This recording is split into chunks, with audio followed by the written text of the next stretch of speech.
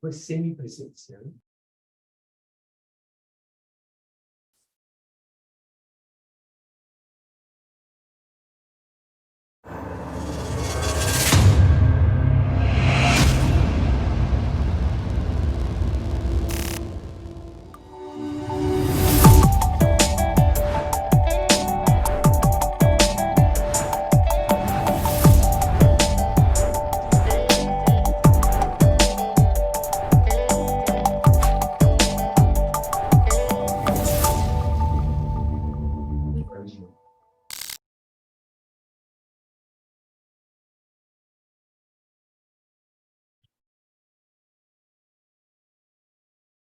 Buenos días con todos, con todas.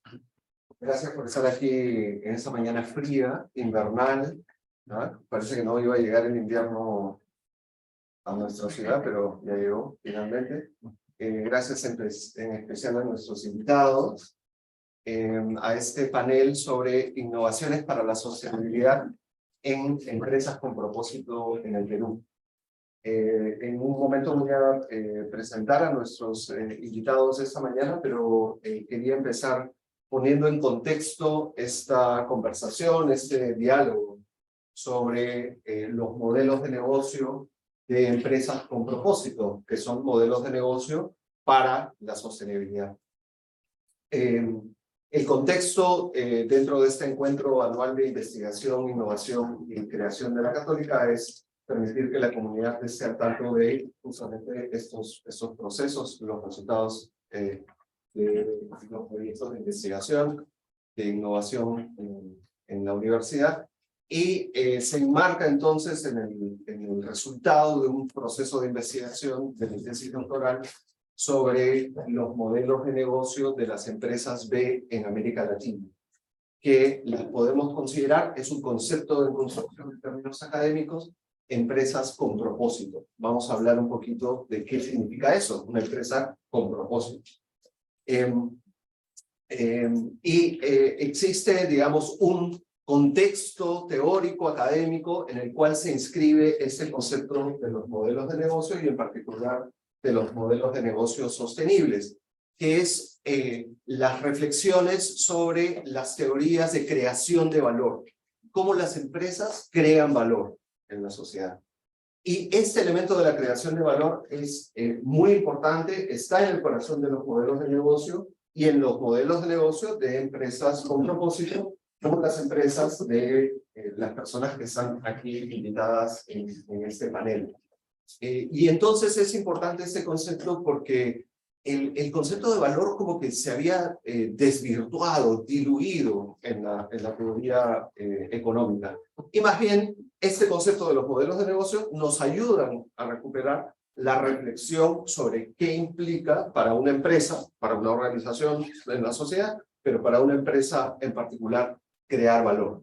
Y para entender, por tanto, qué significa la creación de valor y cómo las empresas hacen innovaciones para lograr crear valor para la sociedad, para las personas, para el planeta, es que les pedí a nuestros invitados acompañarnos esta mañana, en vez de hacer una exposición, digamos, como, ¿no?, de los resultados de la investigación, mucho más interesante, es contar con la experiencia directa de empresarios, empresarias, líderes que están empujando a empresas peruanas, incluso algunas que se expanden por la región, para construir modelos de negocio que contribuyan al bienestar de todas las personas. Y entonces me gustaría presentarlos a ustedes brevemente a Julita Sharkovaite. Ella es gerente de Experience Design de Neo Consulting. Antes fue gerente de estrategia e innovación en dicha empresa, es bachiller en negocios internacionales y comunicación y magíster en gestión internacional.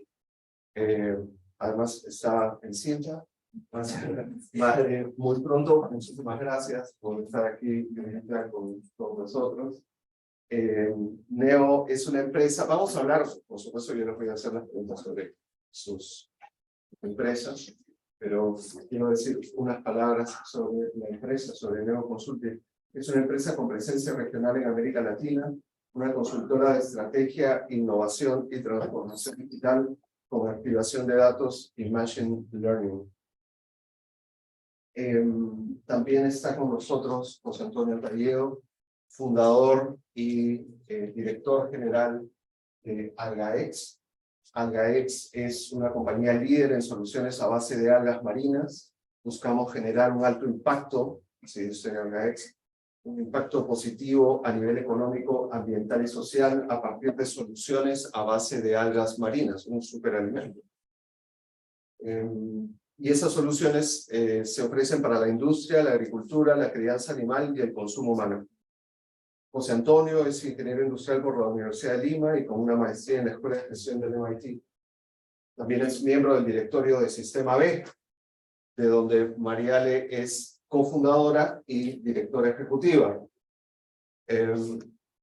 Sistema B no es una empresa, es una asociación civil que promueve más bien una transformación de la economía hacia este bienestar de las personas, el ambiente y la sociedad. Forma parte de un movimiento, de una red de organizaciones similares en toda la región y tiene una alianza con VILA, que es una asociación norteamericana que promueve la certificación, que es una certificación para empresas con propósito. Eso vamos a hablar también con Mariale y con el resto de nuestros panelistas, que son empresas que se han certificado como empresas de y también está con nosotros Alfonso Bedoya, es el cofundador y director de operaciones de Doctus Plus. Doctus es una empresa peruana de salud preventiva creada para mejorar la experiencia de salud de las personas y brindar un servicio de calidad cercano, confiable y con precios accesibles para todos. Como me contaba Alfonso, el propósito de Doctus es sanar el sistema de salud de Perú. Un sistema enfermo basado en la enfermedad, ¿cierto? Pero bueno, dicho esto, yo lo que quería era más bien definir un poquito la dinámica de esta reunión. La idea, más que exposiciones largas, es que a través de preguntas ellos nos puedan contar en qué consiste algunos temas centrales, ¿no? Obviamente conocer un poco más sobre sus organizaciones, pero también poder hablar justamente de en qué consisten las innovaciones que han introducido en la gestión de sus empresas. Luego de, digamos, una ronda de preguntas y respuestas, más bien al final de la sesión tendremos unos minutos para hacer preguntas, para que ustedes puedan hacerles directamente preguntas si los tuvieran. Entonces también me gustaría preguntándoles a cada uno de ustedes cuál es el negocio de sus empresas, a qué se dedican, y por qué se certificaron como empresas B, cuál es el propósito de sus empresas. Sí, claro que sí. Gusto estar aquí, buen día con todos.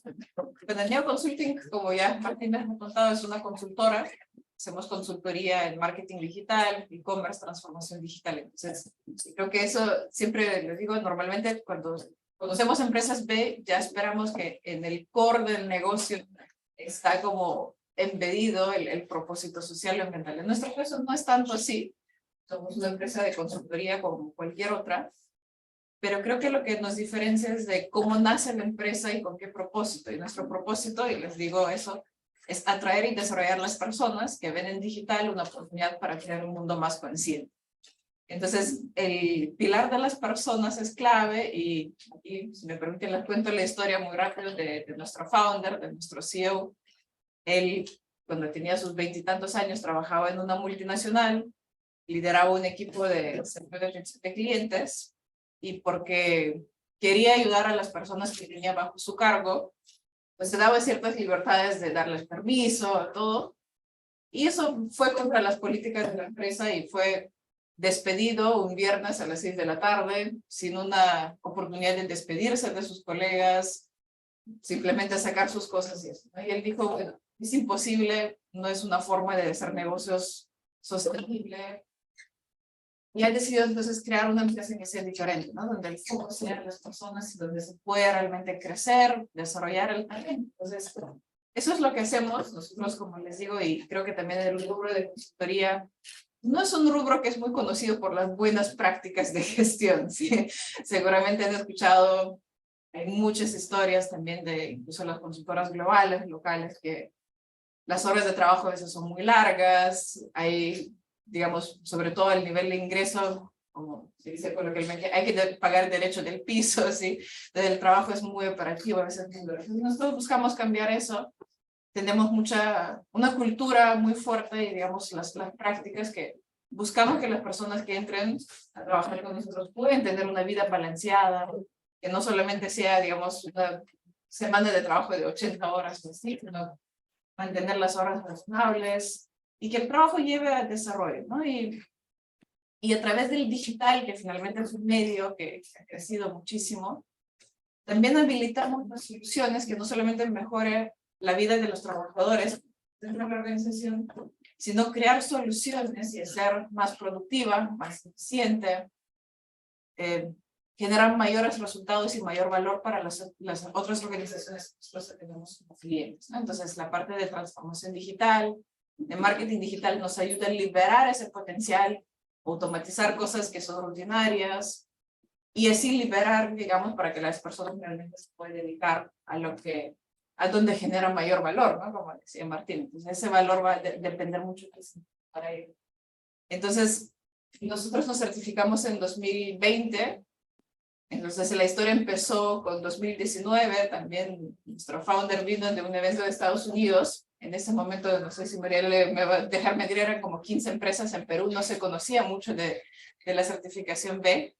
Entonces él vino de un evento de San Francisco muy emocionado porque había conocido de las empresas B y dijo, es una comunidad que comparte mucho los valores que tenemos y empezamos a investigar, ¿no? Y a mí me encargó ese proyecto muy bonito de certificar. Entonces ahí es donde empezamos, hicimos la evaluación B, claramente no juntamos el puntaje necesario del primer intento, pero fue muy interesante porque fue un journey de, ok, partimos de un punto, sabemos que hacemos varias cosas bien, pero también nos dejó una oportunidad de ver cuánto más cosas podríamos estar haciendo y nos dieron las rutas para poder hacer.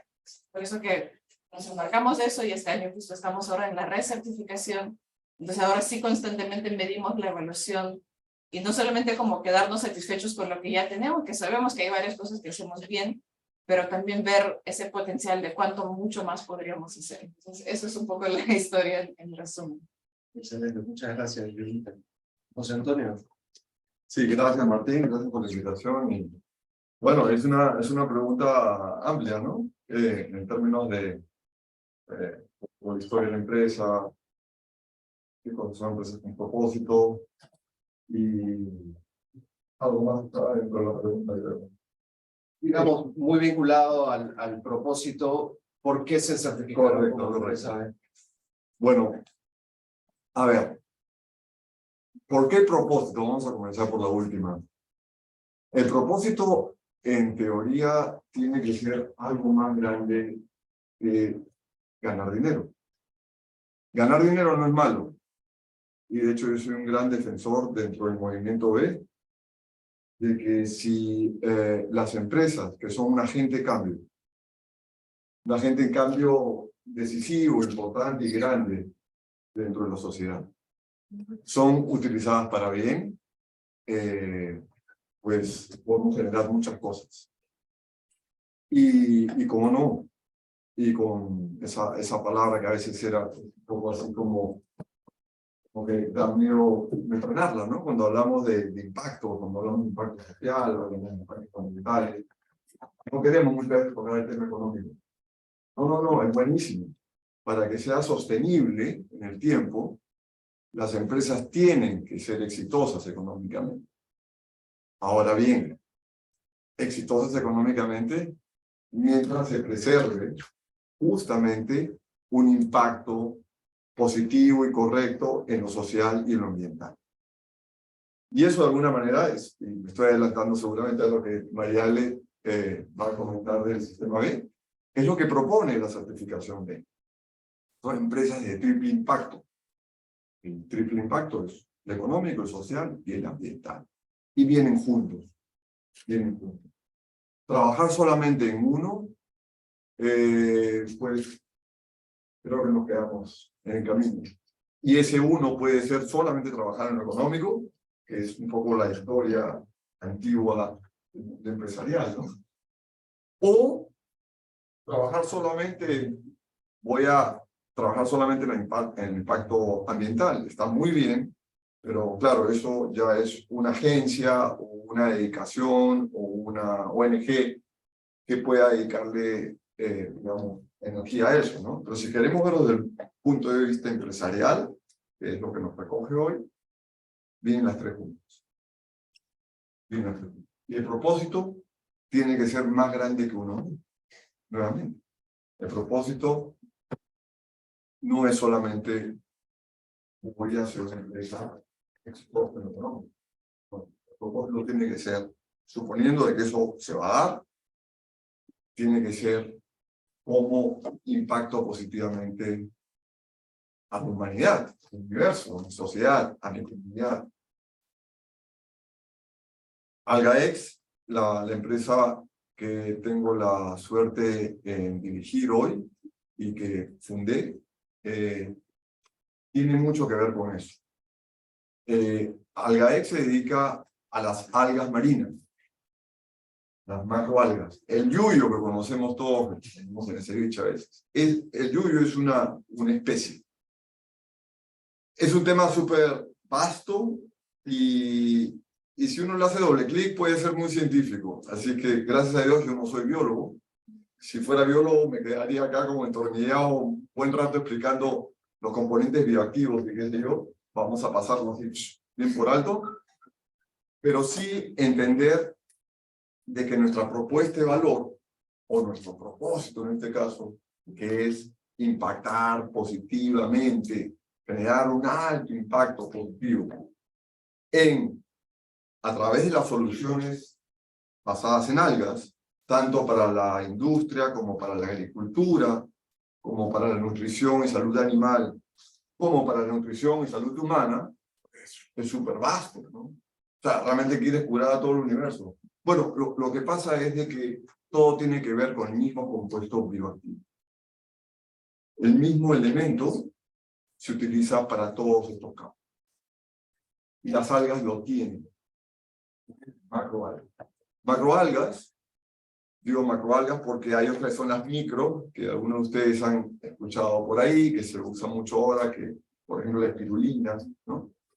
Las macroalgas, por eso la mejor forma de verlos es el yuyo que conocemos. El yuyo pertenece a una especie. Y vamos a dividirlo en tres colores: rojas, pardas y verdes. Dentro de rojas hay una serie de especies, pero ya ahí nos metemos en la parte muy técnica. En las pardas también hay una serie de especies y en las verdes también. En el Perú tenemos la suerte de tener las tres. Y en el Perú tenemos una serie de bendiciones, aunque no lo creamos muchas veces. Y la naturaleza es muy generosa. Entonces la combinación del desierto del sur con temperaturas frías que vienen de la corriente del Humboldt generan un ecosistema alrededor. Les hablo del sur de Lima, o sea, de Pisco para abajo. Generan un ecosistema muy rico en nutrientes que produce estas macroalgas muy especiales. ¿Ok? Nosotros nos involucramos justamente por la sostenibilidad con un negocio que ya existía. Había un negocio que por 30 años habían estado exportando algas desde Pisco, las algas rojas, el yuyo realmente, y la exportaban hacia una fábrica muy grande en Estados Unidos, donde a partir de las algas rojas le toman el compuesto que tienen, que se llama carbagenina. La carragenina es un hidrocoloide, un espesante, que se utiliza en todo lo que, por ejemplo, hoy todos hemos utilizado carragenina, estoy seguro. En la pasta de dientes hay carragenina. El yogur tiene carragenina. ¿Sí? Y se exportaba. Pero es una empresita pequeña y que pertenecía a una familia empresaria del Perú que tenía muchos negocios muy exitosos. Y esta es una empresa chiquitita que era del abuelo. Yo conozco al señor que era el presidente de esta compañía y me dice, mira, me encantaría vender esta compañía porque no me produce beneficio económico. Entonces no tiene un encaje y tenemos negocios muy grandes, ¿no? Familia que tenía pues hasta el tren de Machu Picchu, en fin, cosas muy grandes. Pero me da temor venderla, es una persona muy consciente, porque no hay dinero, pero sí impacta a mucha parte de la comunidad en Pisco. Hay muchas familias que dependen de esta extracción. Madre, hijo, sobrino, y durante los años. Entonces, a nosotros no nos dan beneficio económico, pero sí genera un impacto social. Entonces tengo esta gran preocupación. Bueno, para hacer el cuento corto, esto ocurrió hace 9 años. Con esfuerzo terminamos comprando esta operación, sabiendo de que no había un beneficio inmediato. Pero, obviamente, sí tenía una proyección de futuro, ¿no? Y la verdad que fue una historia de éxito, porque así comenzamos, sabiendo de que lo estábamos haciendo para preservar una comunidad, pero también sabiendo de que tenía un potencial muy grande que aún no había sido explotado. Bueno, en 30 años no había sido explotado del todo. Y en el mundo el crecimiento de productos a base de algas estaba creciendo a doble dígito. Hoy por hoy, el negocio de algas en el mundo es un negocio de aproximadamente 90.000 millones de dólares. ¿Okay?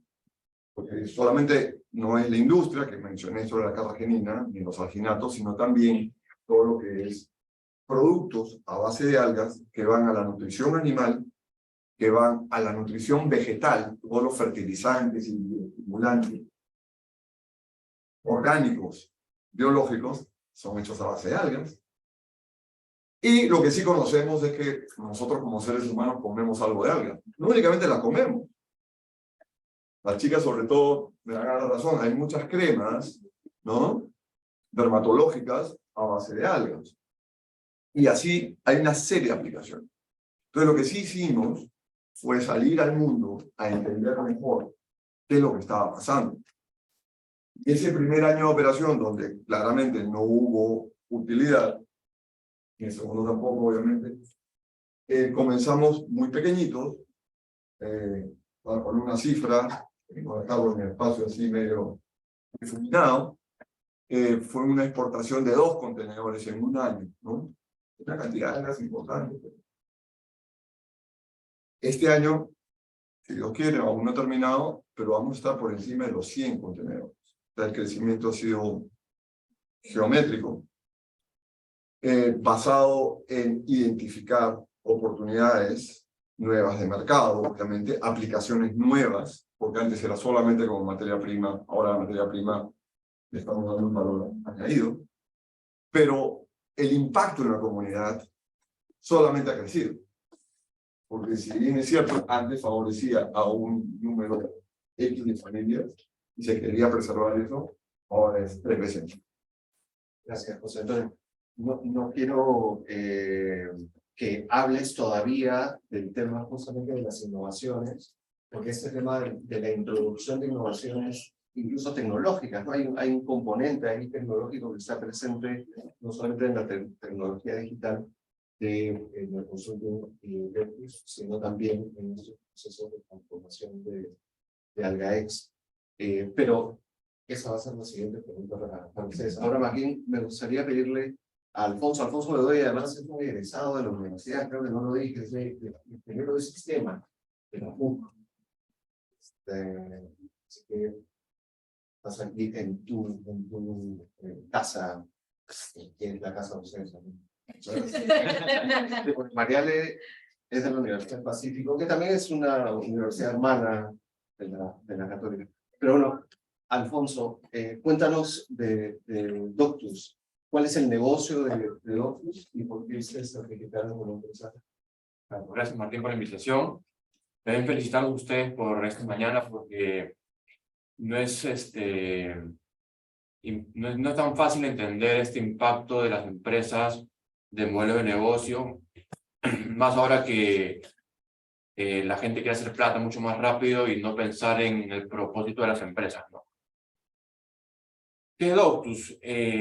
Como le comentaba Martín, esto parte de una frustración principalmente de los fundadores, que es Abraham y yo, que, bueno, él es médico y yo soy ingeniero, y hemos visto que el sistema de salud está enfermo, en verdad, por él mismo, ¿no? Es un sistema que lamentablemente no quiere que nosotros estemos sanos, ¿no? O sea, el sistema de salud gana plata, ¿por qué? Porque nosotros compramos más medicamentos, por ejemplo, porque pasamos más citas con médicos, porque nos sacamos más exámenes de laboratorio, porque estemos hospitalizados o porque nos hagan una operación. Entonces hay incentivos perversos en el sistema de salud que hacen que el sistema de salud no sea un sistema de salud, sino un sistema de la enfermedad, ¿no? Entonces nosotros dijimos, ¿qué está pasando ahí, no? Y nos dimos cuenta que uno de los principales motivos de todo esto es que nosotros mismos no estamos acostumbrados a hacer prevención. Menos del 0.16% en el Perú hace prevención. ¿Qué significa prevención, no? Por ejemplo, que vayas por lo menos una vez al año al médico para ver cómo te encuentras, ¿no? Por ejemplo, nosotros estamos aquí ahorita. ¿Cuántos han hecho prevención este año? Que levante la mano. El 1% del aforo, ¿no? Y eso al final, las industrias que quieren hacer empresas solamente económico, lo aprovechan a lo largo de toda la historia que ya está, digamos, plasmada y desarrollada a lo largo de los años, ¿no? Entonces dijimos, ¿cómo podemos nosotros aprovechar esta oportunidad? Pues una oportunidad de que nadie haga prevención. Nosotros sabemos que podemos evitar este consumo de medicamentos inapropiados, de hacerte pruebas, de estar hospitalizado, de hacer prevención, porque si encuentras el mal o te vas controlando de manera permanente o frecuente, vas a poder evitar esta, digamos, enfermedad a largo plazo, ¿no? Encontramos una oportunidad, pero, o sea, la historia es bien larga, pero en los últimos años hemos encontrado una oportunidad en el mundo de la salud ocupacional, ¿no? Que es un sector que es formal, son las empresas formales que tienen a los trabajadores en planilla. No es tan grande en el Perú, o sea, más o menos la informalidad ha crecido bastante en los últimos años, pero más o menos unas 5 millones de personas al año hacen un examen ocupacional. Un examen ocupacional, ¿qué cosa es? Es un examen que las empresas formales tienen que hacer a los trabajadores o postulantes para ingresar a trabajar para saber si están aptos o no aptos para trabajar en ese puesto laboral. Por ejemplo, un conductor que va a trabajar manejando tiene que tener buena vista, o sea, tiene que tener una visión de 20/20, ¿no? Para poder manejar y evitar accidentes. O una persona que trabaja en la planta, por ejemplo, de José Antonio, debe tener, no sé, una capacidad de poder manipular algo con fríos, digamos, tiene un examen para poder... O sea, no es necesariamente solamente tener aptitudes profesionales, sino también tener aptitudes médicas de salud, ¿no? O vas a ir a trabajar a altura, tienes que tener una buena capacidad respiratoria, o los que trabajan en altura, un término en altura, ¿no? Entonces, hay una industria y hay empresas que invierten de manera anual que sus trabajadores hagan exámenes ocupacionales, más o menos 5 millones de personas. Pero ¿qué pasa ahí? Que esta plata invertida por las empresas solamente lo hacen porque es una ley. Entonces, a lo largo del tiempo nosotros decíamos, ¿cómo hacemos prevención? Comenzamos con diferentes herramientas, soluciones a la población más enfocadas en el B2C. O sea, quiere decir que nosotros nos dirigimos a ustedes como pobladores, como personas, pero se necesitaba mucha plata. No teníamos tanta plata como para poder hacer que ustedes sean conscientes y nosotros mismos, oye, hagan prevención, y no podíamos hacerlo. nos trasladamos al negocio B2B, que son atender a empresas. Encontramos que estas empresas cumplen con la ley de seguridad y salud ocupacional, pero solamente por un check a la ley. Y esta oportunidad, nosotros dijimos, ok, el paciente, como ustedes, no tiene plata para gastar en una prevención. Más o menos, personas de bajos, escasos recursos económicos, como no tienen prevención, se enferman y cuando están enfermos, gastan el 30% de su salario en salud. En muchas, digamos, para no poner nombres, en muchos hospitales, que hay muchas colas, no hablando del estado de salud de Mintra, sino que la gente paga de su bolsillo para atenderse en cualquier consultorio, laboratorio o consultorio particular. En cambio, cuando trabajas en una empresa formal, tú no gastas de tu bolsillo. La empresa te paga a ti un examen ocupacional, nosotros lo percibimos como obligación. O sea, el paciente cuando va a hacer su examen, no va con buena voluntad, va obligado, va renegando, porque saben de que no hay beneficio. Dijimos, hay que aprovechar esa oportunidad. Ya a la fecha, nosotros hemos atendido más de 200.000 personas en toda la historia de Doctus, y lo que hacemos es que ese examen que pasa el trabajador, que no paga y es financiado por la empresa, lo utilizamos para monitorear tus datos de salud a lo largo del tiempo. Es una persona que pasa todos los años con nosotros, que si tuviese la plata igual, para pagar ese examen, tendrías que haber pasado ese examen todos los años en algún lugar que tenga monitoreado esto en una base de datos. Si uno quisiese pagarse ese examen, tendría que pagar más o menos unas 10 veces más de tu bolsillo ese examen, ¿no?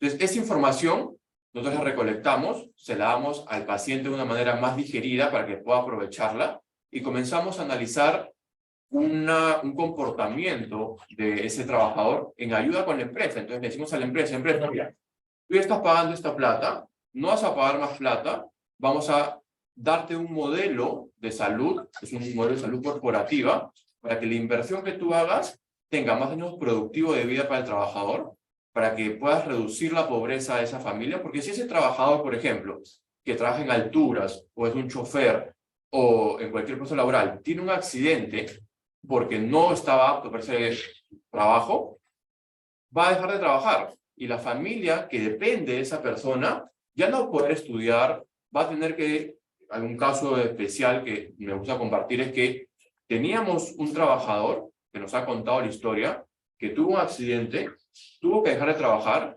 tenía sus 3 hijos en la universidad, tuvo que sacar a los 3 hijos de la universidad para que puedan trabajar y mantener a la mamá que se tuvo que accidentar, o se accidentó por no saber que necesitaba un examen previo, no estaba capaz para ese examen para poder hacer ese trabajo, ¿no? Entonces, toda la familia que dependía de ella ya no pudo avanzar en la vida y se hundió más en la pobreza, ¿no? Entonces, con este modelo nosotros atacamos 3 ODS.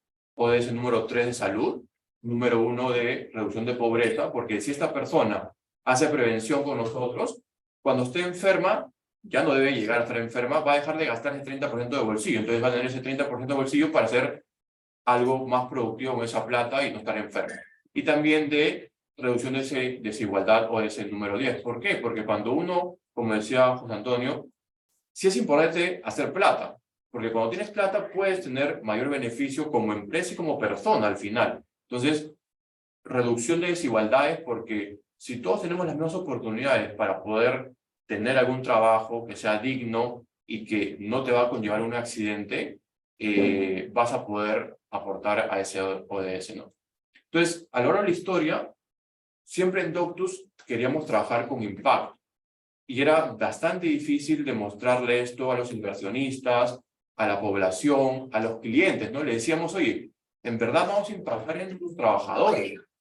Y no los creían tanto, ¿no? Entonces, encontramos, gracias a las oportunidades, esta certificación B, que en verdad nosotros teníamos bastante impacto hacia la población que atendíamos, que eran los pacientes, internamente también en la empresa. O sea, siempre hemos tenido pluralidad en los colaboradores, 70% de las personas son de sexo femenino en la empresa, en la toma de decisiones hay personas de sexo femenino también, que es bien difícil en el Perú. Entonces queríamos eso, tener un sello, ¿no? Que te diga, ok, todo lo que estás haciendo en verdad tiene un aval. Entonces encontramos empresa B y fue el principal motivo de poder certificarnos para que alguien nos avale y nos diga, ok, lo que están haciendo tiene algo de sentido, no están locos de verdad y va a ser sustentado para los accionistas. Tuvimos que cambiar, digamos, la constitución de la empresa porque hay que cambiarla para que tenga el sentido hacia los clientes, hacia los trabajadores. Creamos un ODS nuevo que se llama ODS 18, que se llama Empatía Activa por la Vida, que es trabajar un poco más en comunidad y sociedad con otras organizaciones también, y queríamos que esto tenga un aval, ¿no? Y así es como llegamos a certificarlo como empresa B. Excelente, Alfonso, muchas gracias. Ese es un elemento muy interesante de los modelos de negocio de este tipo de empresas, que trabajan con otras organizaciones para cumplir su propósito. Por supuesto, la cadena de valor incluye una serie de organizaciones para contribuir a la generación del producto o del servicio. Pero en este caso hay un elemento diferenciador que comparten, digamos, objetivos comunes justamente en la transformación de nuestra sociedad. Y también eso me permite hacer una pregunta a Mariale sobre Sistema B, Sistema B Perú. ¿Cuál es el propósito del Sistema B Perú? Muchas gracias, Martín, y muchas gracias por la invitación. Siempre es un lujo escuchar a Italita, José Antonio y Alfonso contar sobre sus empresas. Sí. Nuestra razón de ser en Sistema B Perú es la de crear un sistema económico equitativo, inclusivo y regenerativo para todas las personas y el ambiente. Y esto puede sonar muy grande, ¿no? Suena como, wow, vamos a transformar el sistema económico. ¿Cómo se hace? Nosotros tenemos 3 grandes rutas que son como una suerte de palanca, ¿no? Que son tuercas que si se mueven pueden ayudar a que este cambio se dé a gran escala.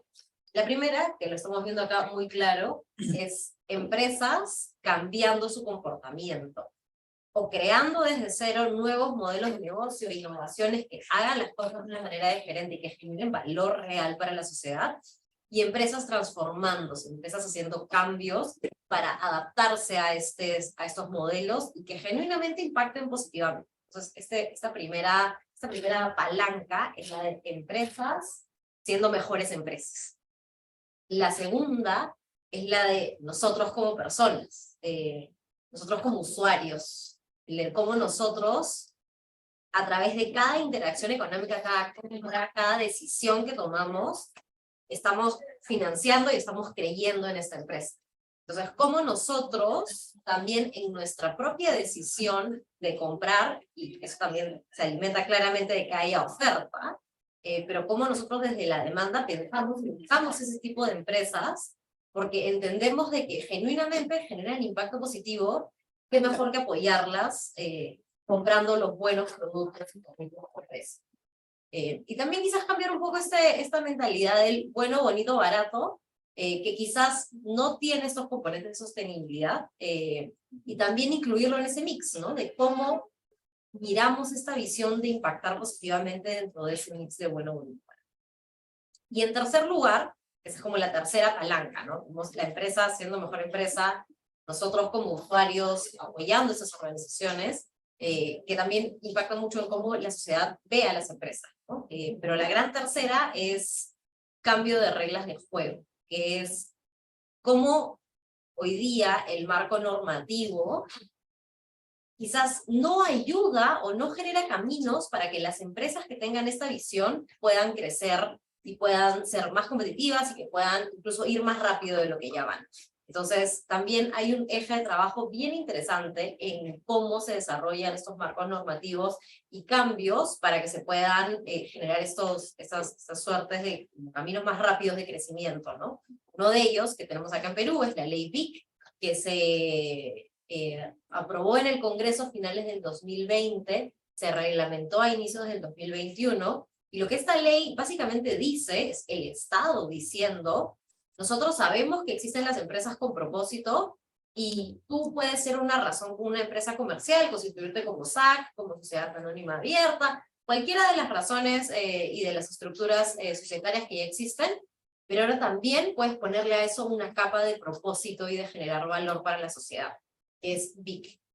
De hecho, hay sociedades que son un segundo apellido, ¿no? Sociedad anónima cerrada, BIC. Y es un paso enorme porque es el Estado diciendo esto existe, esto genuinamente es algo que está volviendo relevante, ayuda a que las empresas que tengan ese camino puedan hacerlo, ¿no? Esto existe, es una legislación que existe en más de 30 países alrededor del mundo y cada vez está avanzando como en distintas líneas, ¿no? Pero tenemos como estas tres grandes como rutas de trabajo, ¿no? Y finalmente, como regresando a la primera, que es la de empresas, es ahí en donde nace el concepto de empresa B, porque nosotros creemos fielmente de que la empresa es un motor de transformación y tiene el potencial de serlo aún más. Entonces, las empresas B lo que hacen es cumplen tres grandes requisitos, que ahí Alfonso me ayudó adelantando uno, que es el que hacen un cambio de estatutos. ¿Esto por qué es importante? Y es raro, nosotros ofrecemos una certificación, pero ninguna certificación en el mundo te pide que hagas un cambio en tus estatutos. Los estatutos es el documento legal más importante de cualquier empresa, es en el que le dices, Estado peruano, yo me voy a dedicar a esto, estos van a ser mis accionistas, me voy a reunir con tanta frecuencia. Esas son como las reglas como bases con las que yo voy a operar. Entonces, ¿por qué pedimos esto y por qué es tan raro? Para nosotros es muy importante que el ser empresa con esas características no solo se base en una decisión de algunas personas de la empresa, sino que quienes asuman este compromiso sean los dueños. O sea, al final no hay como toma de decisión más alta que la de los dueños. Entonces, al firmar esto y hacer este cambio de estatuto, son los dueños comprometiéndose a esta visión a largo plazo. Y eso es muy importante porque lo que hace es protege el propósito, hace como lo pone dentro de una cajita fuerte y decimos, oye, estamos todos de acuerdo que esta es nuestra razón de ser, esto no se cambia, esto se queda, esto está acá y nosotros vamos a responder a esto. De hecho, yo siempre recuerdo que Igneo siempre me cuentan que como usan esto como una suerte de brújula a la hora de tomar decisiones complejas, ¿no? Una suerte de guía o compás moral de, oye, un poco para hacia dónde vamos, ¿no? Creo que eso es bastante relevante porque realmente pone la relevancia en el nivel más alto, que es donde debe estar. El segundo gran requisito es que las empresas tienen que demostrar que en la cancha están generando impacto. Eso creo que lo hemos visto y ellos tres lo han mostrado de una manera muy interesante, que es que efectivamente vemos que impactan, sea a través de sus prácticas, sus operaciones en el día a día de la empresa o a través de su propósito. Entonces hay una demostración de que genuinamente están impactando positivamente a sus distintos grupos de interés. Y el tercero, que es muy importante también, es el de transparencia, que es en el que las empresas tienen que no solo demostrarnos a nosotros lo que están haciendo bien, sino decirle y abrirle como una suerte de puerta que todos podamos ver qué es lo que están diciendo que hacen. Entonces, ustedes pueden entrar a la página web de B-Lab, que es bcorporation.net, y ahí ustedes pueden encontrar el perfil de las más de 7.000 empresas que hay hoy día en el mundo, en más de 120 países y en más de 70 industrias. Entonces, acá en Perú ya somos 49, pronto cruzaremos la brecha. Pero es bien importante porque eso permite que cualquiera pueda acceder a esta información y que pueda ver genuinamente cuál es este impacto positivo del que la empresa habla, ¿no? Que si todos podemos como entenderlo. Y finalmente, un poco la razón de ser de la comunidad de empresas B y por qué existen las empresas B que cumplen esos tres grandes requisitos, es la de ser una suerte de como punta de flecha, punta de lanza, de demostrar que es posible hacer empresa desde esta manera.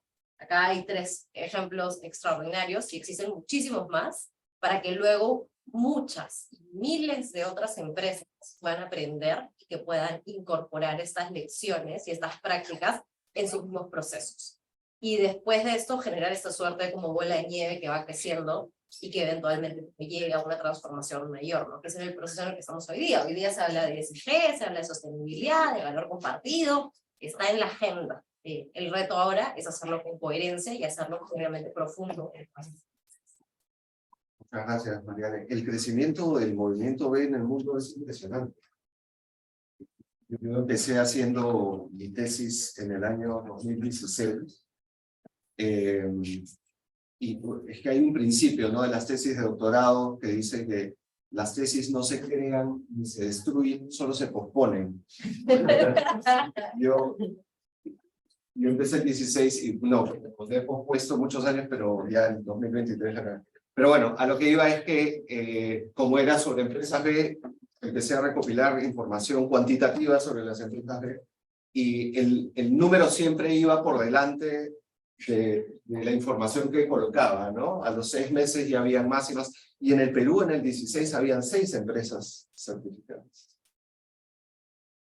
Y ahora hay 49. Eso es impresionante, y muestra justamente un cambio en el modelo mental, en la manera de pensar de estas empresas. Y yo quería justamente aquí compartir que este concepto relativamente nuevo de modelos de negocio para la sostenibilidad tiene varias dimensiones, pero justamente 2 de ellas están, bueno, las 3, porque hasta la de transparencia también está presente, forman parte de este concepto, ¿no? El propósito, un claro propósito social o ambiental, vinculado al impacto y a la manera de trabajar con sus grupos de interés, donde el elemento de la participación está ahí muy presente. Y me parece muy importante señalar eso porque, digamos, la academia, la reflexión, la investigación sobre las organizaciones está constatando que eso está pasando en la realidad. Y el otro elemento, obviamente, pues son estas innovaciones que introducen las empresas para lograr la sostenibilidad. Y entonces ahí es donde quería ahora más bien invitarlos, que ustedes nos cuenten a partir del trabajo que realizan en sus empresas, cuáles son estas innovaciones, ¿no? Que introducen para lograr la sostenibilidad. Por supuesto, como ya se ha mencionado, dentro de estas, digamos, 3 dimensiones de la sostenibilidad financiera, la ambiental y la social. También la teoría muestra que estos distintos modelos de negocio pueden estar más pegados a uno de los impactos. Eso digamos, no hay problema, no hay problema, no es en la teoría ni la práctica empresarial está diciendo que se deben buscar impactos equitativos, perfectamente equilibrados, algo que sería imposible además de medir, ¿no? Entre el valor ambiental, el económico y el social. ¿Cómo se combinarían, ¿no? Esos tipos de valores para pretender que hubiera un equilibrio perfecto. No se trata tanto de eso, pero sí, como ya se ha dicho, más bien en la búsqueda de la sostenibilidad financiera, también lograr el impacto social y ambiental. Y entonces, bueno, les quería preguntar, en primer lugar también a Luisa, un poquito de esas innovaciones, ¿no? De Neo Consulting en esta perspectiva de la sostenibilidad. Gracias, Marco, por la pregunta. Yo creo que, nuevamente, ¿no? Nuestro modelo de negocio no se basa en una innovación para generar sostenibilidad como tal, pero creo que hay 3 líneas de acciones que sí hacemos que tienen que estar relacionadas. Uno, efectivamente, es en el core de los servicios, como les mencionaba, nuestro core es digital. Y digital, a lo largo de los años, significa muchas cosas diferentes, ¿sí? Entonces, la empresa ha sido creada en 2001, que bueno, algunos de ustedes creo que recién nacían en esa época, y era muy diferente lo que significaba el digital. Entonces, primero empezamos, y digo empezamos, yo tampoco todavía no era parte de la empresa, pero estábamos creando páginas web, videos, cursos online y cosas por el estilo. En la siguiente década, ya de 2010 para adelante, el mundo tecnológico cambió, entonces nuestro rol siempre ha sido como ser los agentes de cambio y un poco evangelizar las empresas en las posibilidades que el digital trae. Entonces, yo entré justo en la empresa en 2012, en ese momento se hablaba mucho de las redes sociales, del mundo mobile, ¿no? Y recién aparecían los smartphones, entonces siempre nuestra labor era ser como un laboratorio, porque éramos una empresa pequeña en esos momentos, éramos 20 y tantas personas, y decíamos, y nosotros tenemos clientes que son muy grandes, normalmente, bueno, las principales marcas en las industrias de retail, de bancas, seguros, telecomunicaciones. Entonces, todas las grandes marcas que vemos y usamos todos los días son nuestros clientes, pero nosotros decimos, nosotros tenemos la flexibilidad y agilidad para poder experimentar y probar esas soluciones y llevárselo a nuestros clientes, porque si nosotros no lo hacemos, ellos no lo van a hacer. Entonces siempre tuvimos ese rol de más digitalizar y evangelizar los beneficios que te traía el digital en esto, ¿no? Y ahora estamos en la tercera década de la empresa y bueno, ahora como ya saben también todo el tema de inteligencia artificial, de las diferentes tecnologías emergentes. Entonces trabajamos en soluciones que permiten habilitar ese potencial que tienen, ¿no? En tanto computación, en automatizaciones, en información basada en datos, tomar las decisiones en base a la data.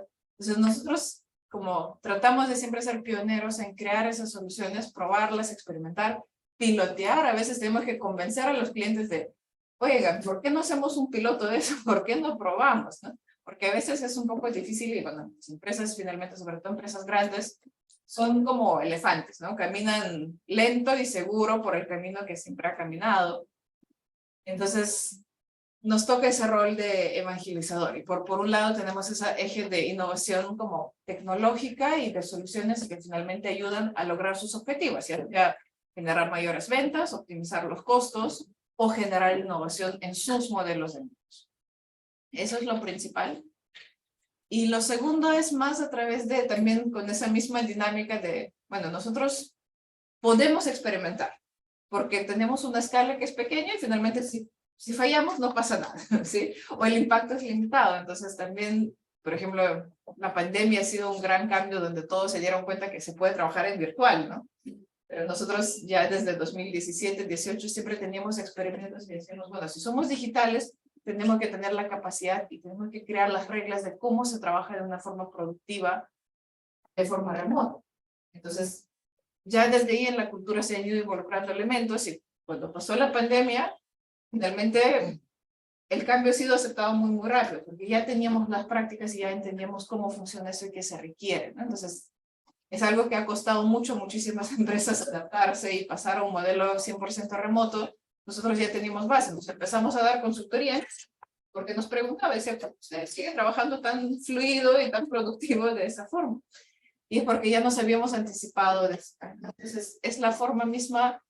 Y lo mismo fue también con los elementos de sostenibilidad, ¿no? En muchos casos también, con empresas B, siempre digo que a veces nos buscan también empresas que estén interesados en ese camino. Si ustedes no dan consultoría de eso, yo, bueno, no es nuestro rubro de negocio, pero de alguna forma es buscar esos caminos y eso también abre el abanico de servicios que brindamos. Así empezamos con transformación digital. Efectivamente, antes nuestro foco era muy marketing digital y e-commerce, y empezó la ola de transformación digital en el mundo que va mucho más allá, porque marketing digital y e-commerce normalmente trabajamos con área de marketing o área comercial dentro de las organizaciones, y de pronto nos empezaron a buscar el área de tecnología, el área de procesos, para poder ayudarles en esa transformación e involucrar las tecnologías para transformar sus negocios, ¿no? Entonces, ese es como más un camino empírico y un poco innovación y experimentación abierta. Y la tercera que creo que ya también hemos mencionado sobre trabajar con otras empresas, de crear ecosistemas, porque entendemos que los problemas que se tienen el día de hoy en la sociedad, en las empresas, son tan a veces grandes y complejas que es muy difícil de resolverlos solos. Entonces, en ese caso también en la misma, como la cultura y las prácticas que tenemos, creo que buscamos mucho esos vínculos de generar alianzas para lograr un mayor impacto, ¿no? Y puede ser acciones tan puntuales como, no sé, cuando pensamos en las canastas navideñas para los colaboradores, comprar los de las empresas B, ¿no? Comprar productos que sean conscientes, o tener una alianza con ONGs para hacer voluntariados y de esa forma también, por ejemplo, desarrollar los skills de los líderes. Entonces son más como pequeños laboratorios en los diferentes lados de impacto que nos permite a experimentar y algunas cosas resultan y como en cualquier innovación hay experimentos que terminan siendo aprendizajes. Lo que cuentas me permite compartir este elemento, digamos, de la construcción de un concepto emergente como el de los modelos de negocios sostenibles, porque la teoría dice, están tratando como de construir arquetipos, ¿no? Tipologías de esos modelos de negocio. Y entonces, a la hora de estudiar empresas con propósito en todo el mundo, descubren que hay un foco, algunas empresas le ponen el foco más al cambio tecnológico, Otras, más bien, tienen un foco muy fuerte en lo social, y de hecho, en el movimiento B, en todo el mundo, los modelos de negocio de impacto de la certificación B está muy fuertemente enfocada en este componente social, y que también está presente en Neo, ¿no? Con lo que nos contabas al inicio del cuidado hacia los trabajadores, ¿no?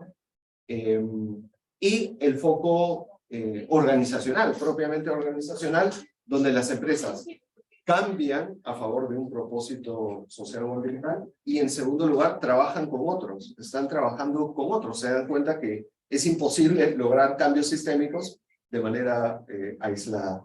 Entonces, aquí hay un elemento que me parece que es muy interesante de las empresas con propósito, y en particular de las empresas B, que es que estos focos en este tipo de empresas se combinan. No solamente hay como una mirada puesta únicamente en lo tecnológico o en lo social o en lo organizacional, sino que muchas veces están como mezclados, articulados.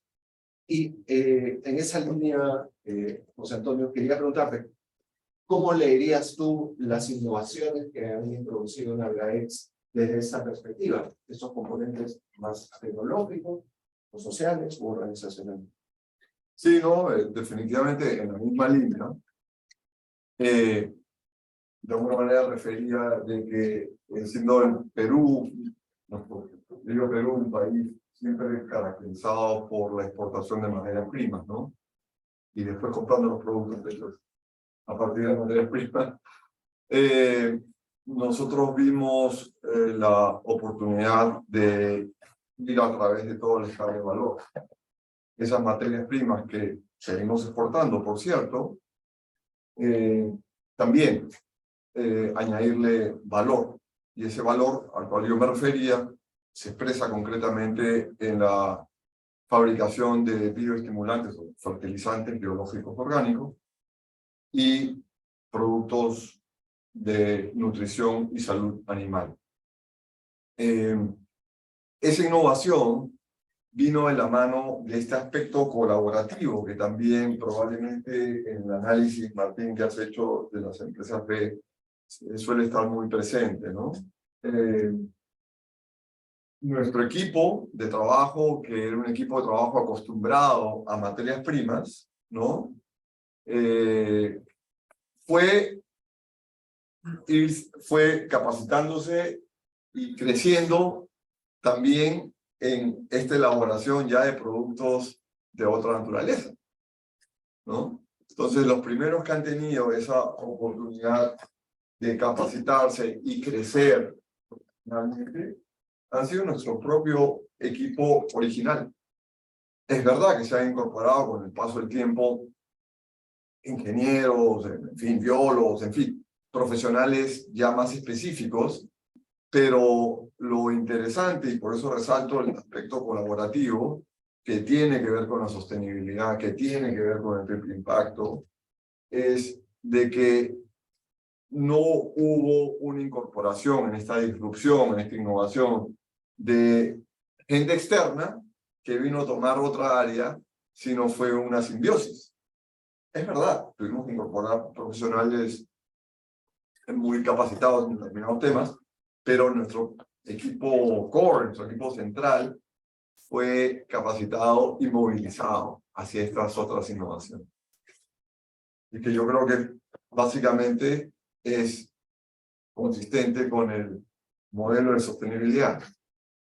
Nuevamente, la sostenibilidad es buscar ese impacto económico, pero como requisito sine qua non, haber tocado los estamentos sociales y ambientales.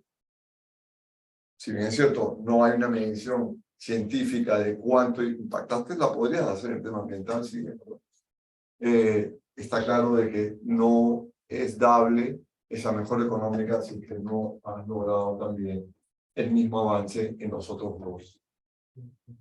Sí, y de hecho es un caso muy concreto de este componente tecnológico que busca justamente reducir sus impactos ambientales a través justamente de la provisión de insumo que es natural, que si tiene una extracción sostenible, pues va a poder seguir contribuyendo, digamos, incluso a la regeneración del Es regenerativo.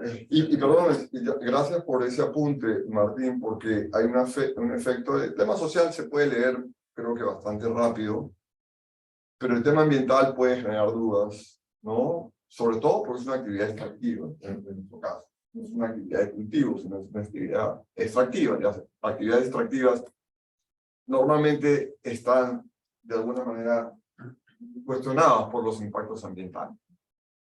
No todas, pero la mayoría. En nuestro caso es interesante porque el tema social tiene que ver con el tema ambiental.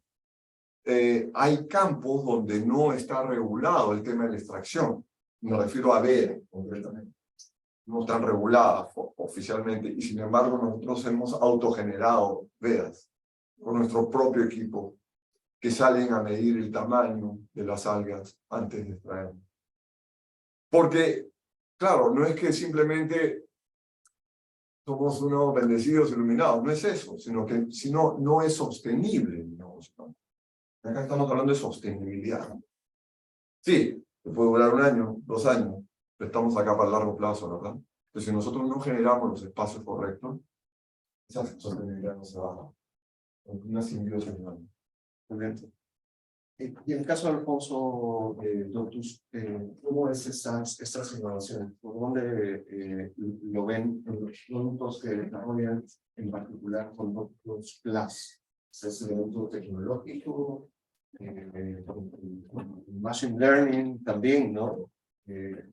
Cuéntanos un poco más, digamos, esas innovaciones. Sí, ya lo había mencionado un poco al inicio, pero no quería dejarlo pasar el modelo de negocio que es un poco innovador para nosotros, ¿no?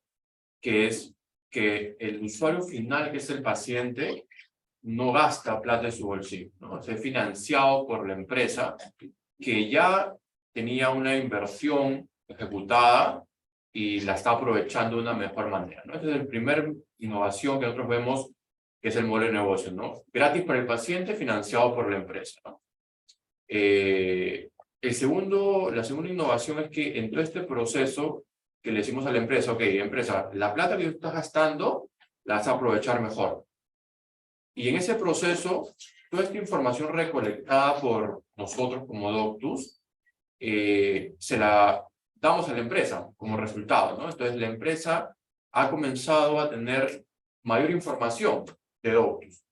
Entonces toda esta información, como estaba acostumbrada la empresa, de recibirla en papel. O sea, quiere decir que todos los resultados de los trabajadores que atendíamos o que atendemos llega al área médica de la empresa y son fajos, digamos, de folders o de, digamos, algunos más sofisticados con USB o con CD, ¿no?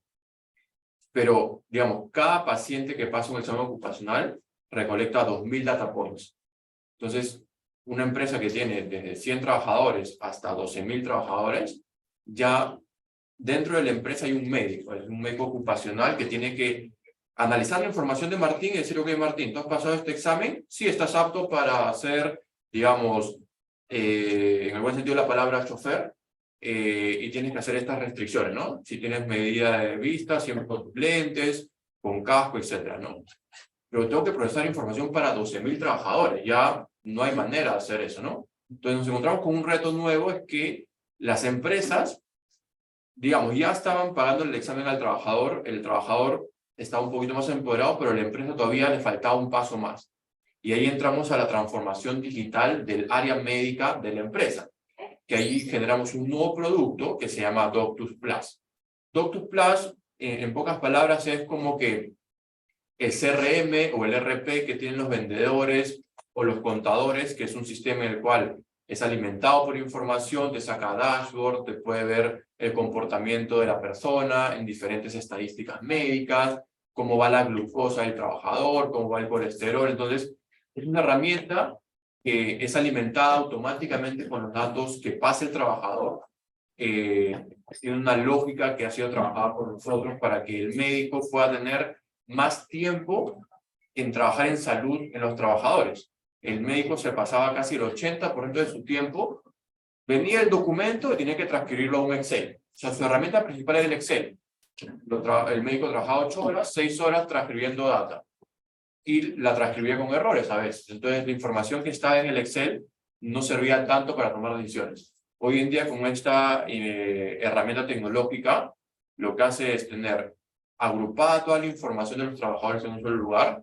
Puedes tener un score de trabajador, puedes ver cómo está el comportamiento de su vida y pasas más tiempo haciendo salud con las personas, como el médico, y menos tiempo en trabajo administrativo, ¿no? Entonces, ese es el segundo componente de innovación que tenemos en Doctus, que es Doctus más Doctus Plus ahora.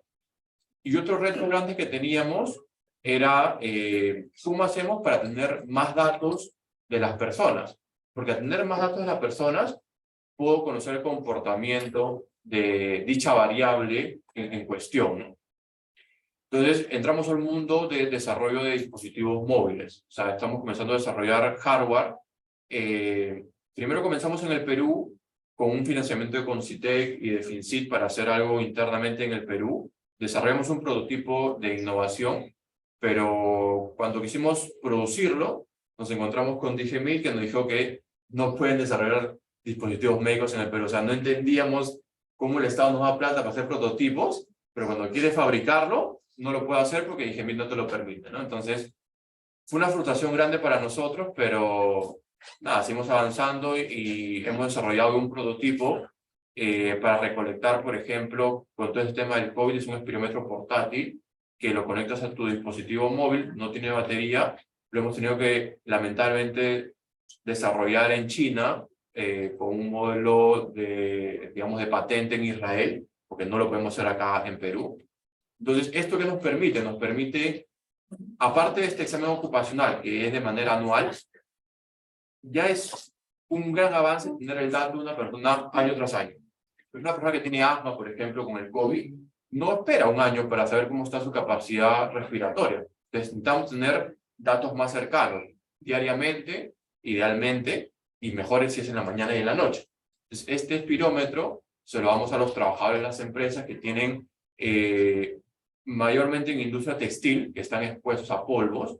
Entonces, algunos de ellos tienen ya problemas respiratorios y tienen que controlarlos porque, una vez más, trabajamos para mejorar la productividad tanto de las empresas para que sigan haciendo plata ellos, pero también la productividad de años vidas productivos de las personas.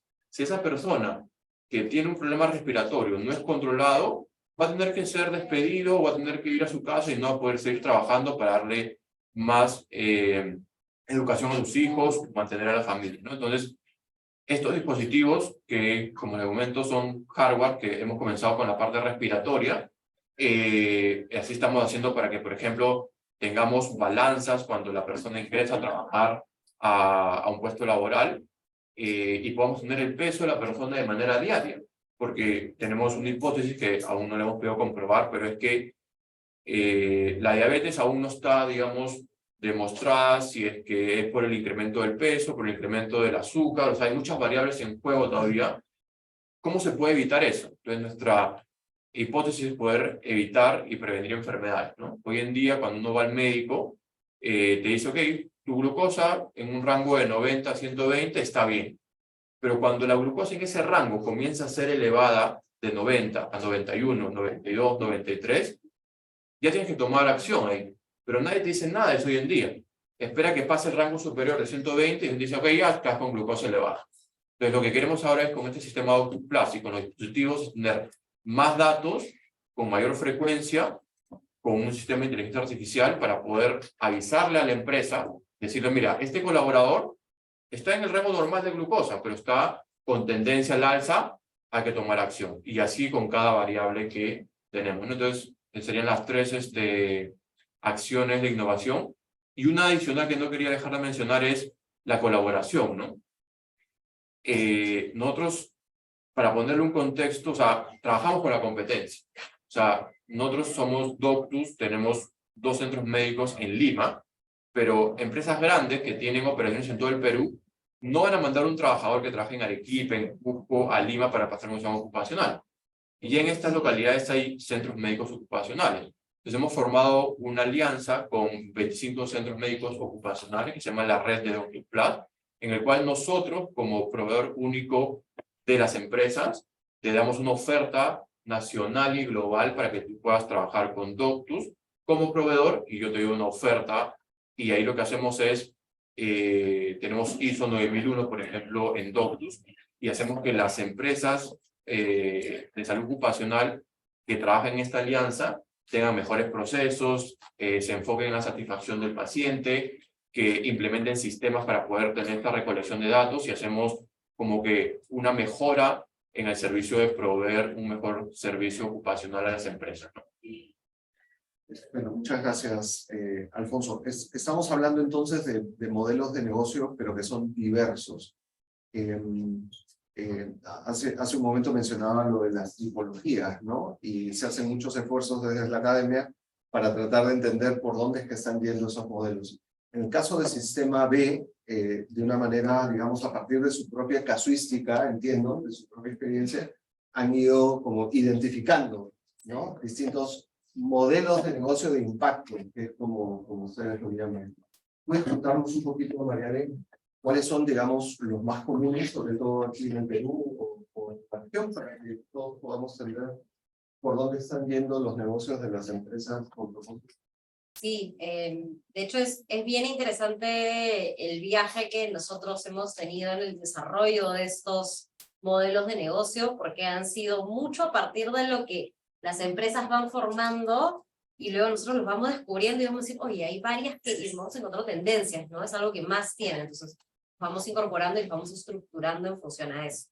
Nosotros los organizamos alrededor de 4 grandes temas, ¿no? Los ambientales, los que son orientados a clientes, los que están orientados a comunidad y los que están orientados a trabajadores. De hecho, acá en Perú hace unos años hicimos un estudio comparativamente en América Latina, cuáles eran los modelos de negocio como más comunes en las empresas de cada país. Y lo que salió para Perú fue bien interesante porque muchos estaban centrados en la cadena de valor. En cómo yo como empresa, que de hecho es el que ustedes tienen en AlgaEx, que es cómo yo como empresa le compro insumos a personas o organizaciones que quizás están en situación de pobreza o que quizás están en una situación en la que están poco a poco fomentando y desarrollando sus propios negocios, agricultores pequeños, comunidades de artesanos, etcétera. Yo les compro a ellos y trabajo muy cerca para ayudarlos a que puedan crecer económicamente, que puedan mejorar la calidad de sus productos y que puedan finalmente obtener más clientes, a crecer en producción y buscar más clientes, ¿no? Entonces, que fue bien interesante porque Perú fue uno de los únicos países que sacó un alto nivel de empresas en esa categoría y nosotros lo explicábamos mucho porque, claro, en Perú vivimos, hay mucha informalidad, pero las empresas son muy conscientes de que pueden, precisamente, hay mucho valor en la artesanía, en el trabajo micro. Entonces, ¿cómo seguimos utilizando ese insumo como materia, pero cómo a la vez trabajamos de la mano para crecer juntos, ¿no? Muy similar a como comercio justo, ¿no? En cómo se genera esta relación simbiótica entre empresa y proveedor. Hay otros que también son bien interesantes, que son los relacionados ambientales, que son como quizás en los últimos años en Perú han crecido mucho las empresas que tienen esos modelos de negocio, muy enfocados en cómo ayudamos, porque nosotros ambientales los separamos en 2 grandes modelos. Uno es que yo vendo un producto o un servicio que ayuda a algún tema ambiental, no sea reducción de agua, por ejemplo, empresas que venden paneles solares, ellos producen la maquinaria, se la venden a empresas y empresas utilizan eso, ¿no? Entonces, eso es una forma en la que yo doy productos y servicios que vayan en esa línea. Y la otra forma es la que yo tengo procesos internos en mi empresa que ahorran muchísimos recursos, ¿no? Por ejemplo, Textil del Valle, que es una empresa textil que está en Chincha, que tienen un ciclo cerrado de agua en el que se reutiliza el 60%, el 40%, no, es el 40% del agua, si no me equivoco, perpetuamente, ¿no?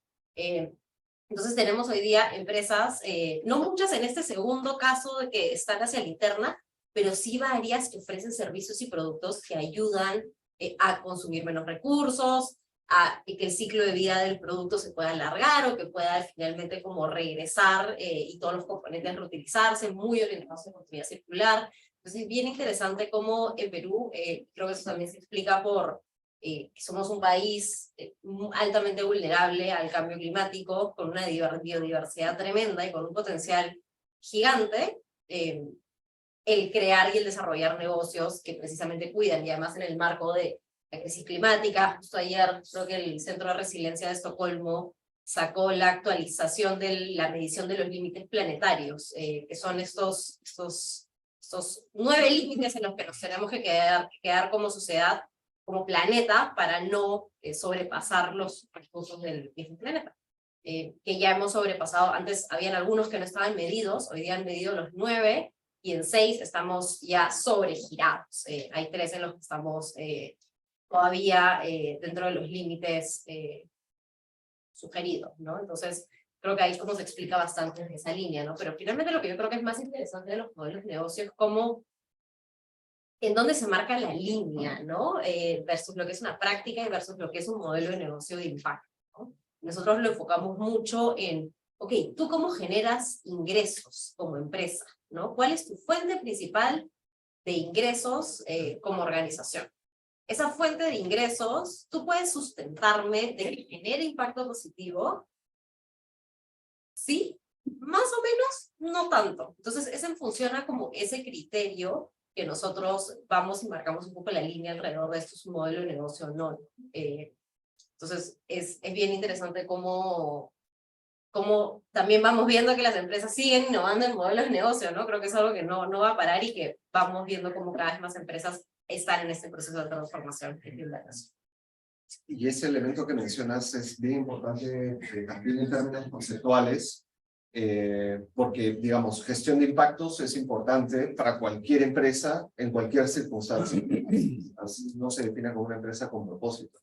Pero el modelo de negocio de impacto, tal como lo define el sistema B, por el lado, digamos, de si la generación de ingresos genera estos impactos sociales y ambientales, me parece un aporte, digamos, importante a la construcción de esta teoría, digamos, ¿no? Pero bueno, yo quería hacerles una última pregunta, y les pediría que fuéramos breves, más bien para saber si es que alguno de los asistentes tuviera también alguna pregunta que quisiera hacerles antes de terminar puntualmente, y que tiene que ver más bien con este elemento de lo que también dice la teoría, y ustedes como empresarios lo ven a diario, me imagino, que es, ok, suena muy bien lo de buscar el triple impacto, pero eso genera tensiones, porque, digamos, ok, la sostenibilidad económica, financiera, pero al mismo tiempo están constantemente buscando tener impactos positivos en lo social o en lo ambiental.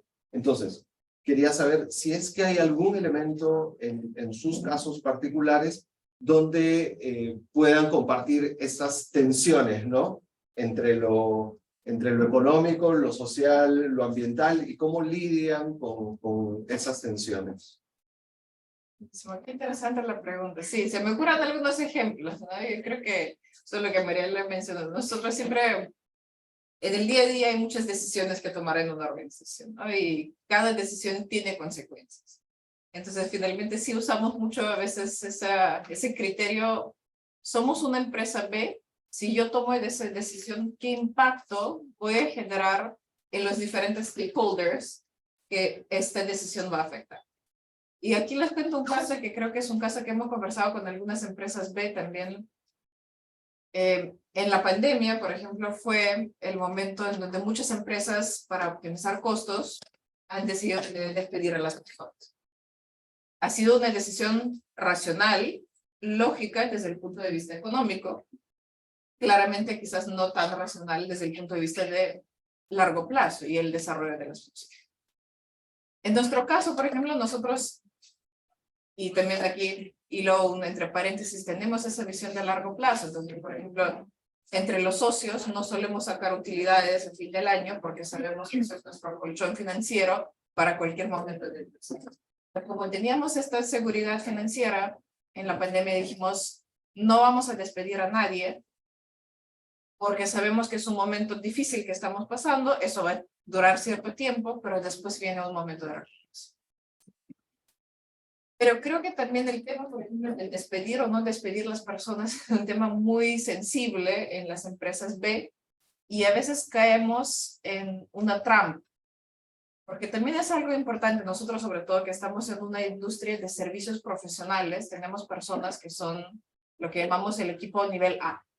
Queremos que todas las personas que trabajen estén a la altura, y bueno, hay mucha teoría de liderazgo sobre eso y trabajo de equipos de alto desempeño, que habla que si tú introduces un perfil o una persona que tiene un desempeño promedio, ni siquiera digo mediocre, pero promedio, y que no está al nivel de la altura de todo el equipo, el desempeño de esa persona baja el desempeño de todo el equipo.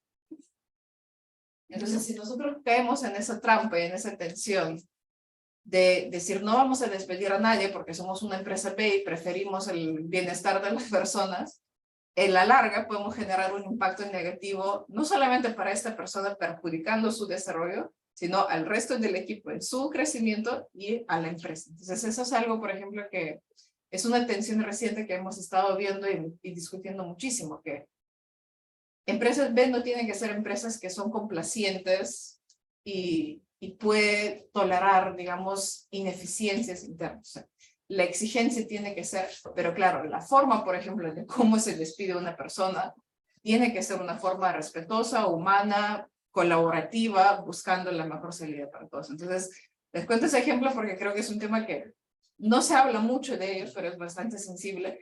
Y nosotros al compartir eso con varias empresas B discutimos que no somos los únicos en caer en ese trato. Entonces creo que es importante que lo podamos hablar de esa forma. Entonces es un ejemplo particular que creo que... Y la otra cosa también cuando hablamos en la primera pregunta sobre cuando nosotros decidimos de certificarnos, incluso algunos de nuestros socios cuestionaron, decían, pero ¿cuál es el valor? ¿Por qué vamos a invertir tiempo, dinero, recursos en certificarse? Entonces creo que las tensiones también vienen porque finalmente no todas las personas estamos en el mismo momento y el mismo mindset de poder llevar eso. Entonces a veces eso se cuestiona en ciertos momentos, pero finalmente también es, y por eso creo que el tema de cambiar los estatutos y decir, no, como socios, todos estamos de acuerdo que esa es la visión de largo plazo y que lo vamos a priorizar. Entonces, es importante enfrentarlo y tener esas discusiones, porque son valiosas y finalmente salen también de esas críticas o esas tensiones salen características que no hemos considerado y nos ayudan a mejorar finalmente la toma de decisiones.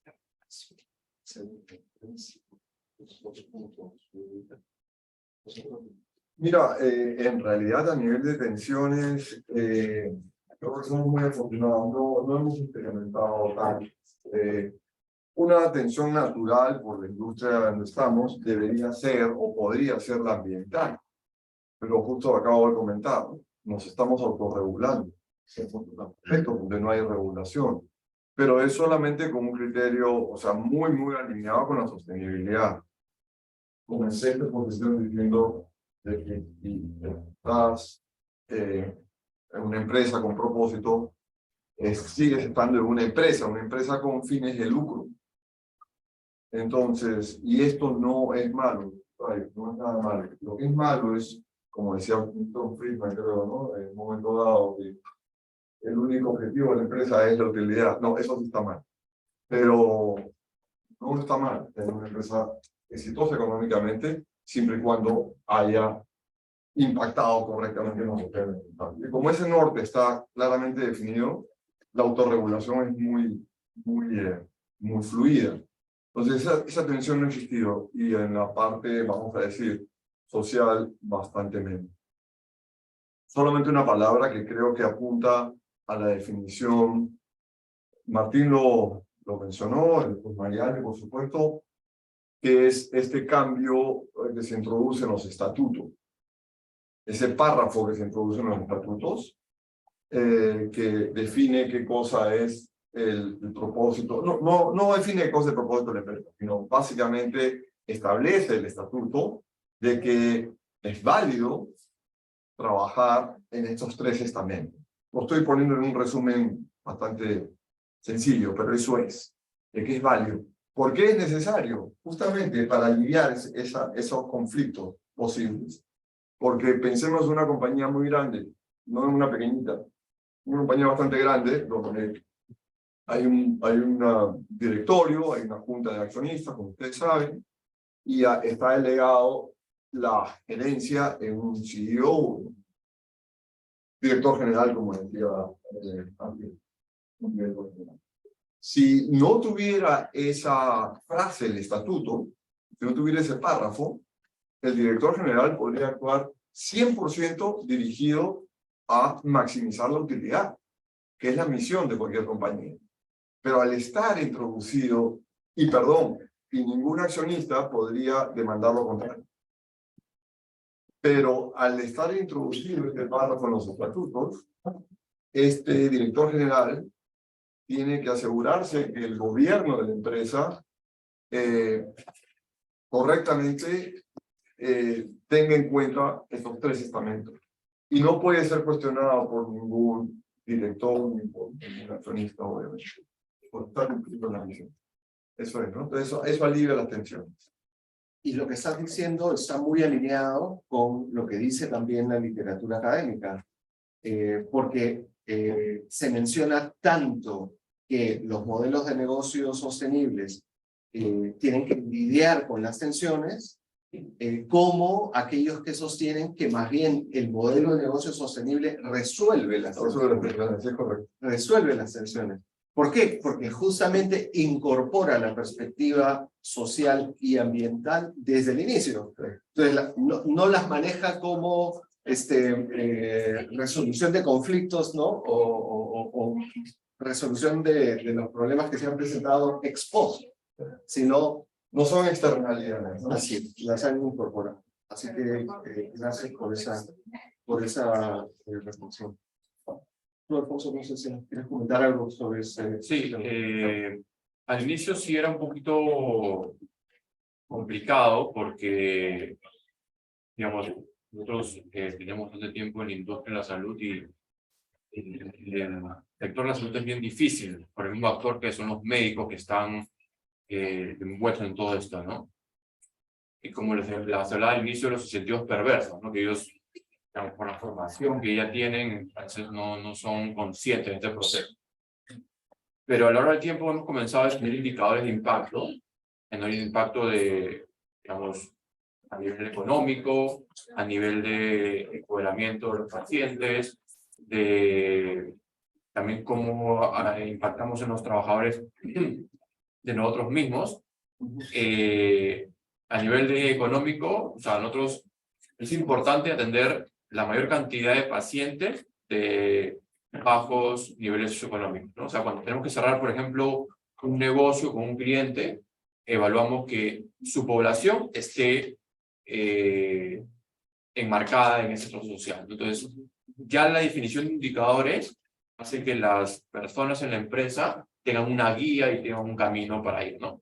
O, por ejemplo, para contarles una anécdota, teníamos que contratar hace como un par de años al gerente de finanzas. Y teníamos en los gerentes, era casi el 80% era varones y el 20% mujeres, pero en toda la empresa era contrario.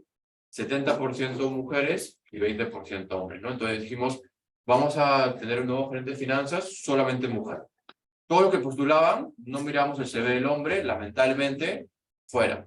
O sea, no lo veían, ¿no? O sea, una decisión corporativa, quizás se fue un talento muy grande por ahí, pero ese indicador de tener equiparado la toma de decisiones de sexo femenino en los gerentes fue importante, ¿no? O sea, como decían todos, o sea, si es que no pones las guías y los indicadores, puedes tener tensión. ¿Qué nos ha pasado? Y dado eso, tenemos indicadores transparentes para todos, que ya es más consciente el día a día y la toma de decisiones, ¿no? Es un elemento clave también de la certificación B, ¿verdad? O sea, como qué está haciendo la empresa entonces para medir sus impactos. No sé si hay otro elemento de la certificación B que es relevante en ese contexto. Creo que ahí lo que es bien importante es este concepto de gobernanza de grupos de interés, ¿no? En cómo las decisiones, que siempre hay momentos en los que se tiene que decidir por distintos caminos que uno toma, ¿no? Pero el pasar y podemos hablar de propósito, de impacto, de prácticas y políticas que tenga la empresa, pero finalmente como empresa es un ciclo continuo de toma de decisiones, y si es que un poco nosotros como Movimiento de Empresas B, nos basamos y creemos que la gobernanza de los grupos de interés es uno de los mejores mecanismos que existen para poder genuinamente, que no sea algo momentáneo, sino que sea algo realmente continuo en la empresa, y incorporar voces a toma de nivel de decisiones de los diferentes grupos de interés, ¿no? Por lo menos considerar los posibles impactos que van a tener. Entonces, creo que finalmente ese proceso es muy enriquecedor para las empresas. Es un proceso que está como siendo investigado cada vez más, todavía como no hay como tanta información al respecto, pero sin duda es un modelo que va más allá y que permite entender realmente cuáles son los impactos y las posibles contingencias para sobre eso tomar la mejor decisión ponderando todos los impactos, ¿no? Excelente. Excelente. Muchísimas gracias, no solamente a Mariales, sino por supuesto a Violeta, José Antonio y Alfonso. Nos quedan 10 minutos. No sé si es que alguna de ustedes quisiera hacer alguna pregunta específica a alguno de nuestros invitados o a los tres. Un comentario de Lisa, más que una pregunta. Me siento muy complacido en realidad de haberlos escuchado y muy identificado con las preocupaciones de los 4, 5 y de los demás que hay, por supuesto, acá. Quería subrayar algo. Alfonso hizo un comentario sobre el ODS 18. Empatía, empatía viva. La empatía es siempre viva. No hay empatía muerta. Todos los vínculos son empáticos, en el sentido de que están permanentemente generando un nuevo vínculo. Cada día somos otros, porque cada día estamos transformándonos. Pero me pareció muy sugerente lo que propone el grupo de empresa de Alfonso. Pero por esa vía, la empatía es el proceso a través del cual hay una transformación continua. No hay transformación, no hay continuidad sin transformación. Si no hay transformación, no hay continuidad. Si no hay continuidad, si hay continuidad, tiene que haber transformación. Y lo que he escuchado de ustedes es que hay una transformación continua en el proceso de pliegue de sus propias empresas, lo cual me ha hecho sentir complacido, porque claro, estoy hablando como si yo fuera conocido, pero lo que quiero decir es que yo he sido cofundador de Sistema B y fui el primer presidente de Sistema B cuando solo habían 6 empresas B. O sea, ese salto se ha dado gracias a ellos, ¿no? No solamente a Mariale, que está desde el comienzo, sino a ellos, que son los actuales, digamos. Y quería destacar eso, ¿no? Porque veo a María Alejandra, y había otro alumno acá de otro curso, Mauricio, que ha salido, pero que también están interesados en el sistema. Un último comentario, si tú me lo permites, Martín. Tú estuviste el lunes en una reunión sobre la dinámica entrópica de la sociedad peruana, el tema de la energía. Nuestros vínculos son siempre energía. La búsqueda de todo sistema complejo es integrar, no fragmentar. ¿Cómo integramos las distintas disciplinas que tienen lógicas y perspectivas o comportamientos? Ese es el desafío en realidad que tenemos para pasar de la linealidad a sistemas complejos, a la complejidad. Ese tránsito creo que podría ser muy interesante, hacer que emerja más fuertemente las experiencias de las empresas B. Me parece que la perspectiva del sistema B es una perspectiva que apunta a eso, o en todo caso debería de apuntar a eso, ¿no? Integrar, transformar para ser sostenible. Empáticamente. Hay un texto que les quiero recomendar nomás, que se llama La civilización empática. Es un texto de Jeremy Rifkin. Muy interesante. Él es un economista, pero hace un análisis del proceso histórico abordando dimensiones distintas de cómo han ido transformándose a propósito de la modificación de una dimensión que luego ha impactado sobre otra dimensión, que luego ha impactado sobre otra. Y por lo tanto, la integración en la mirada implica la integración de ver las distintas dimensiones. Algo que puede ser todavía demasiado ambicioso, pero lo dejo ahí planteado y me ha encantado, me he sentido muy contento. Tesis, por un lado, y con lo que han presentado Urquita, o Yurguita, ya no sé cómo se pronuncia, José Antonio, bueno, Mariale y Alfonso, discúlpame por también tiene pata y por su presencia. Gracias por haber venido. Gracias. El profesor Caravedo siempre interesado en la energía social de nuestra sociedad, ¿no? Y claramente Sistema B y las empresas B contribuyen más bien a la generación de esos vínculos, ¿no? Para la energía con lado positivo y no negativo. No sé si hay alguien más. Sí, por favor, adelante. Igual, me encantó todo lo que el consultorio, creo que es un panel de info que tenemos a todos ustedes acá. Me quedo con una lección y quería mencionarla, ese tema de justamente ustedes son prácticamente pioneros en cada una de las industrias.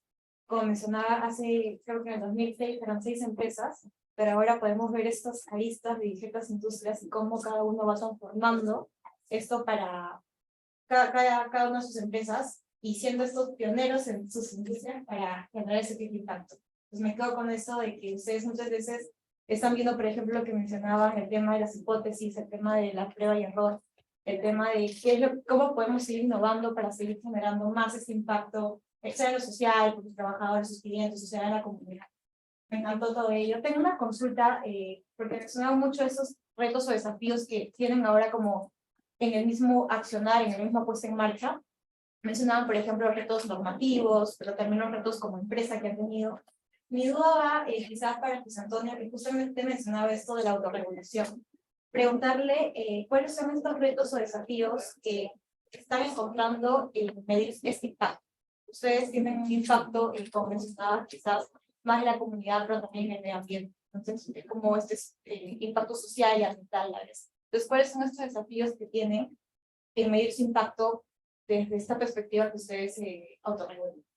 Gracias, Mariel. En verdad, no deberíamos, quizás, pero no vemos un reto prioritario en medir el impacto en la medida que avanzamos. ¿Okay? O sea, dicho de una manera más elegante, no estamos midiendo permanentemente como un contómetro, ¿no? ¿Cuánto hemos hecho en la sociedad? ¿Cuánto hemos hecho?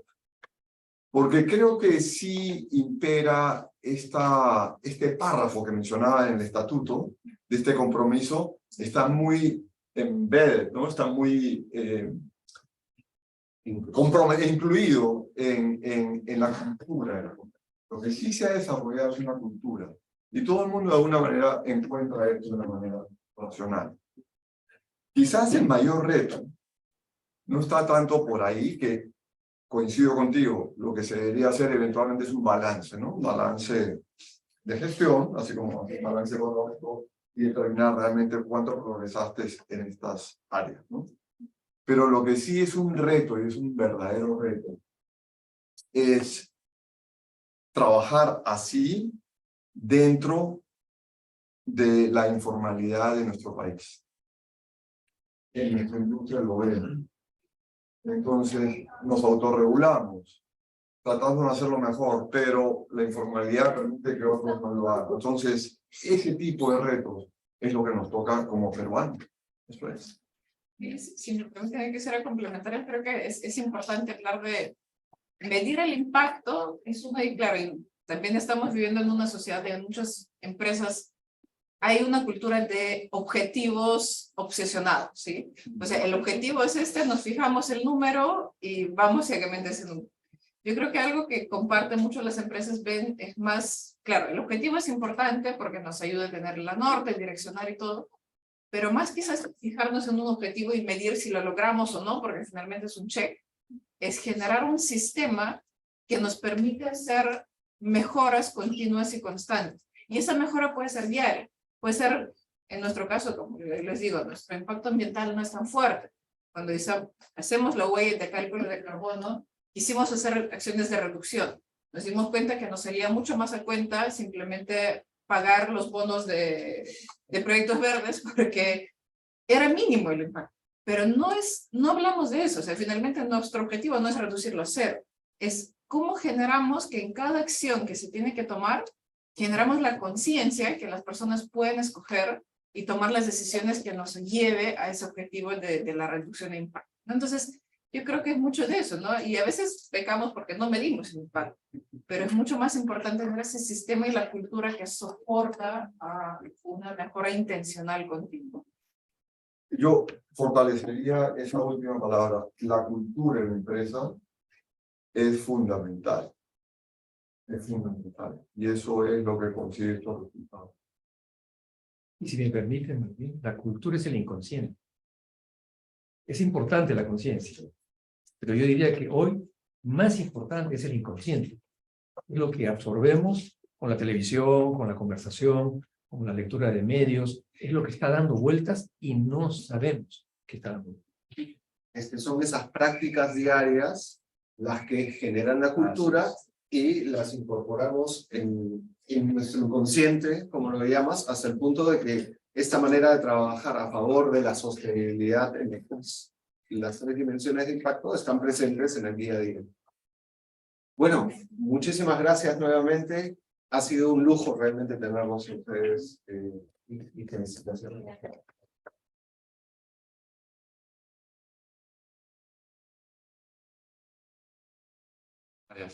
No, gracias a ustedes. Sí.